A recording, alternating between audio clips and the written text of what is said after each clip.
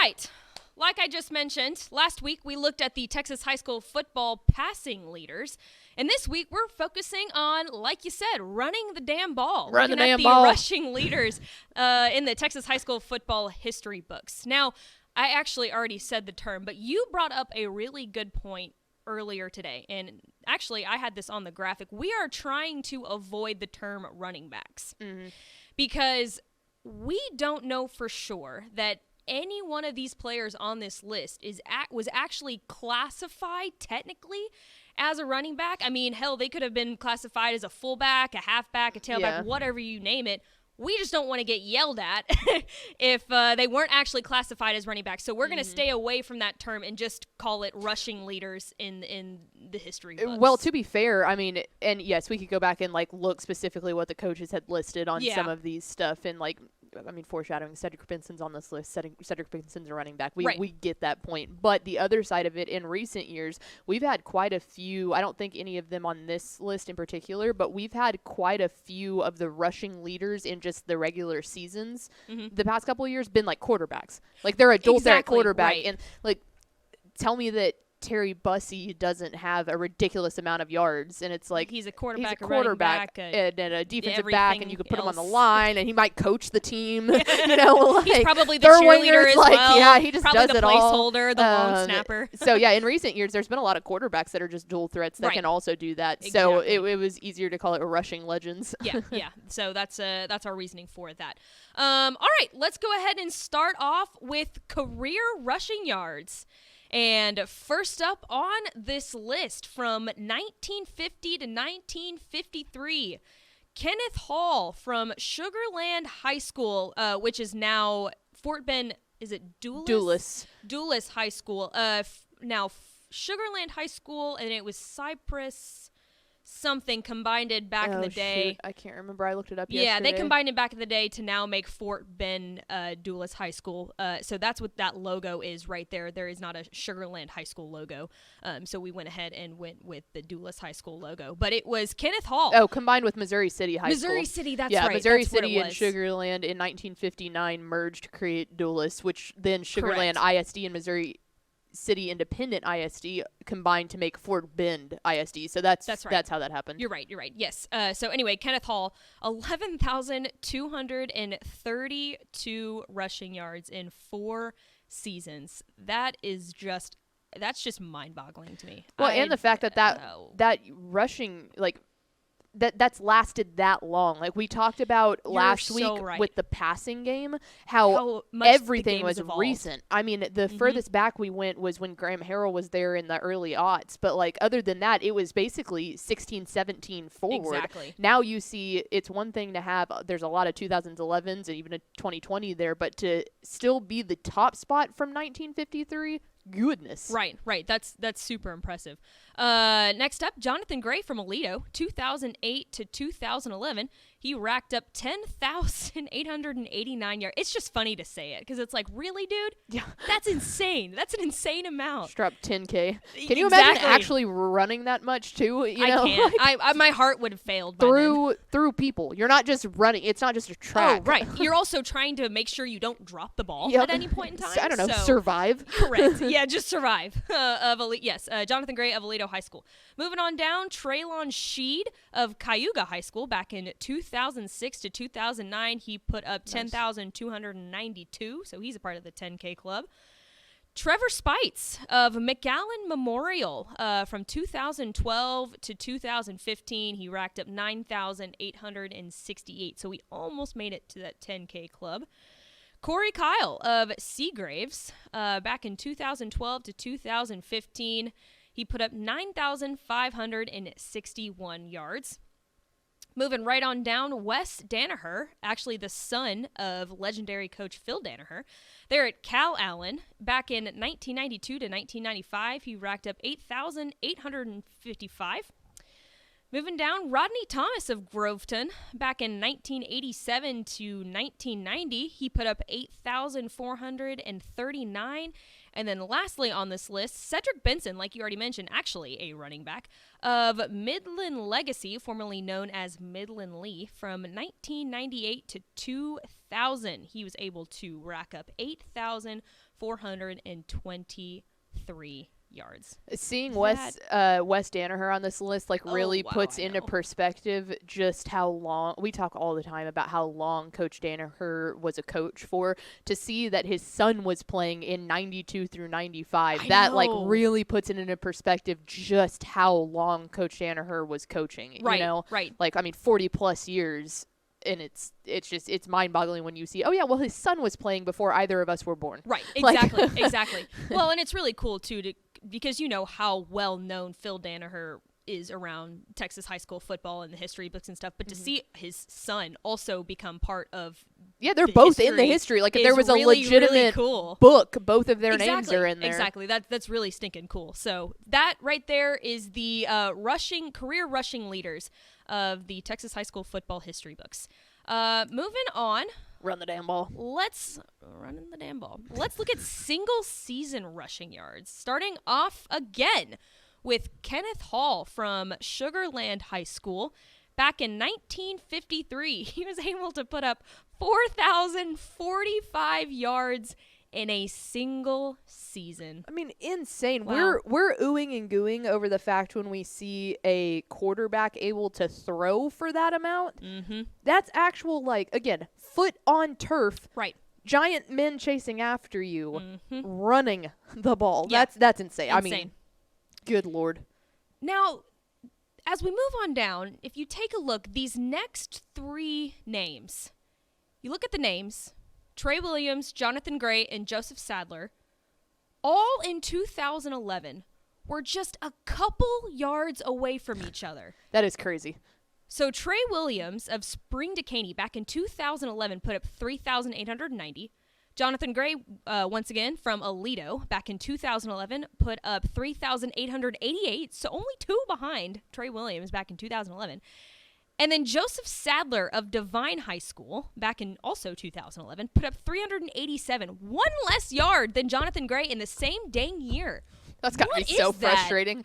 I would have been so frustrated, especially man. Because Jonathan Gray is such a household name around here that I don't think that obviously Joseph Sadler was unbelievable, and people who were especially paying attention to high school football from a statewide perspective back in that time would definitely recognize it. But you start asking our interns that are coming in, oh yeah, which of these two names do you recognize? And 1 yard was the difference. Right, you know? Exactly. It's crazy to think about it that way because, yes, Jonathan Gray is definitely probably the most well-known name out of those three, I would say.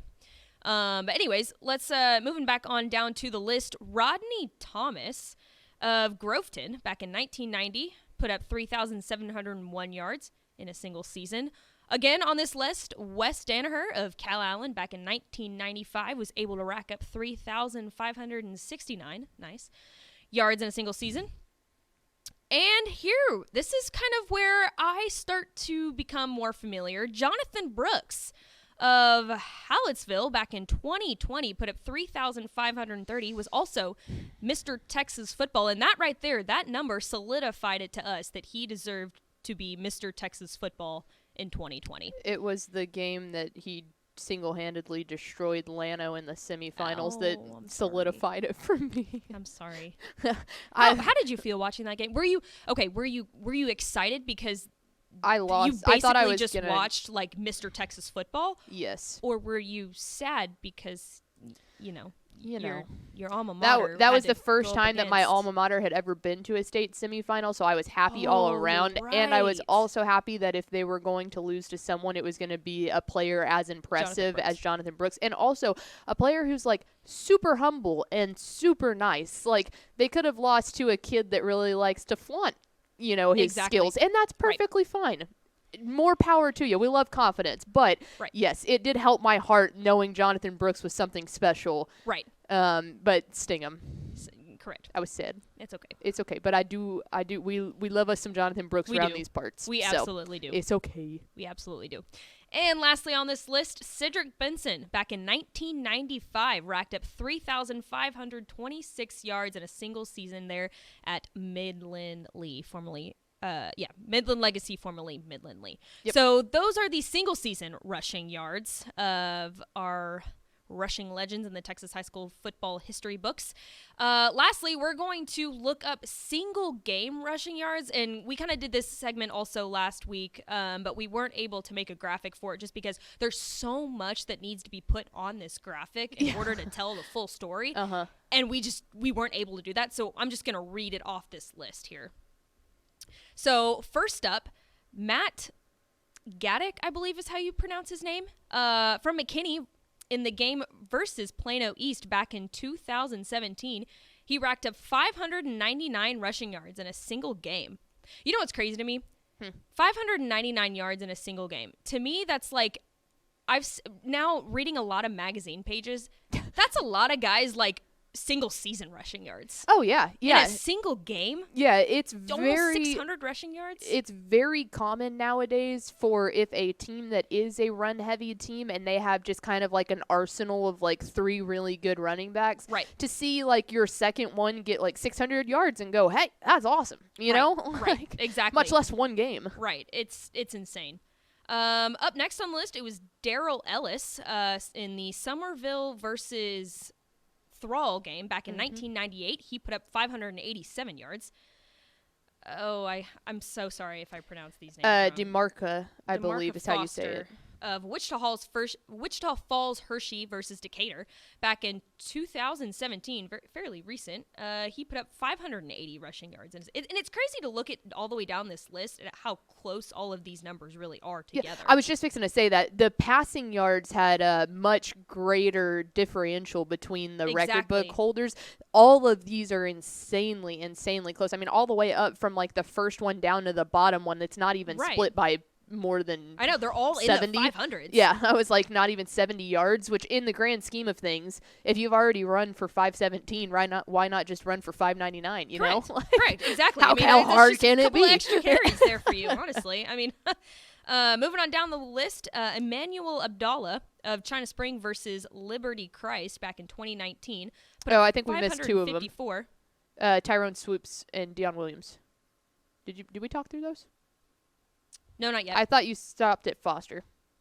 I did, and then it's Emmanuel Abdallah, and then Deion Williams, and then Tyrone Swoops. Oh, we're looking at 2 different lists. Well, this is interesting. Yeah. Should I just keep going? Yeah, keep going. Here's my list. Deion Williams of Katie Morton Ranch versus Katie Taylor back in 2012. 547. Are you sure we're looking at the same list?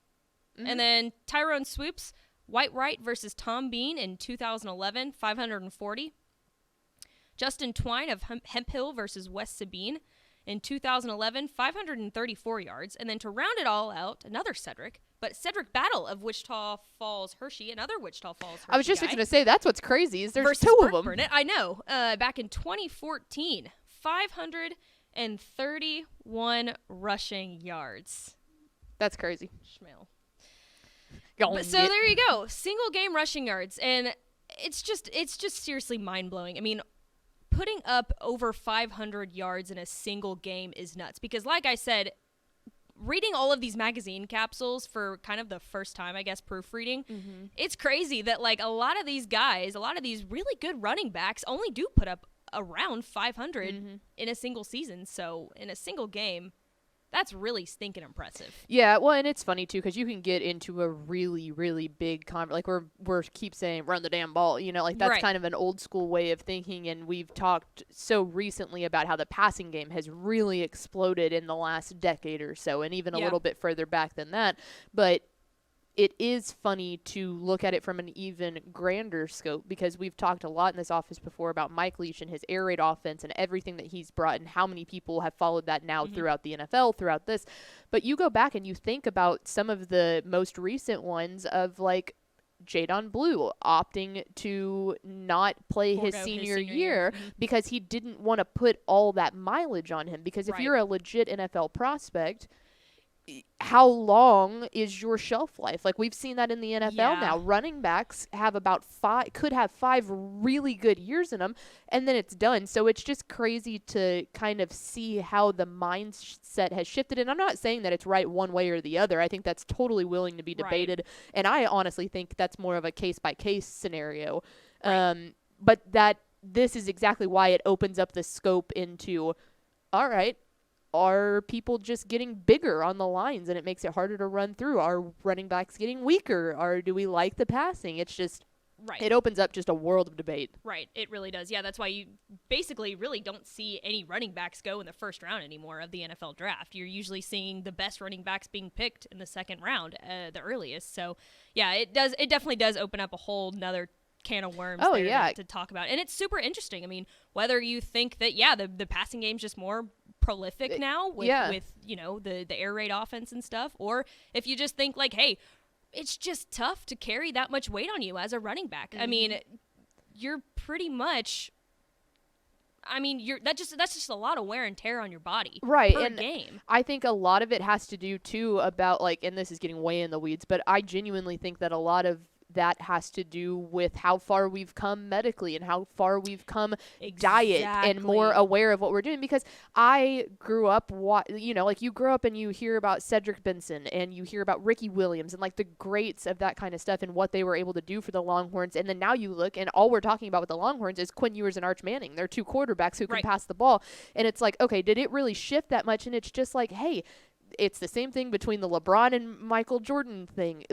What would he look like now? These guys, the defenders that they're going up against are bigger. They're stronger. It's like you got to start thinking about that. It's difficult to run through a brick wall when they all look like brick walls, and it's not just one Michael Orr and then some other normal looking guys. Right. That's why when we see the slot T offense make a reappearance, we're like, running backs galore. We got all of them. We have all of them. I can't figure out where any of them are. I love it. But we could debate this for we could hours. We could. And this is a really fun segment to do too. I think next week we're probably going to do reception yards or something. If we're going to continue on in this series, I just think it's super interesting. And I love dive deep down into these record books. Yeah, and I love the thought of okay, is a quarterback just that good, or does he just have really good receiver? That's so much of a case by case. Run into that. It's a classic. What came first, the chicken or the egg? Exactly. Exactly.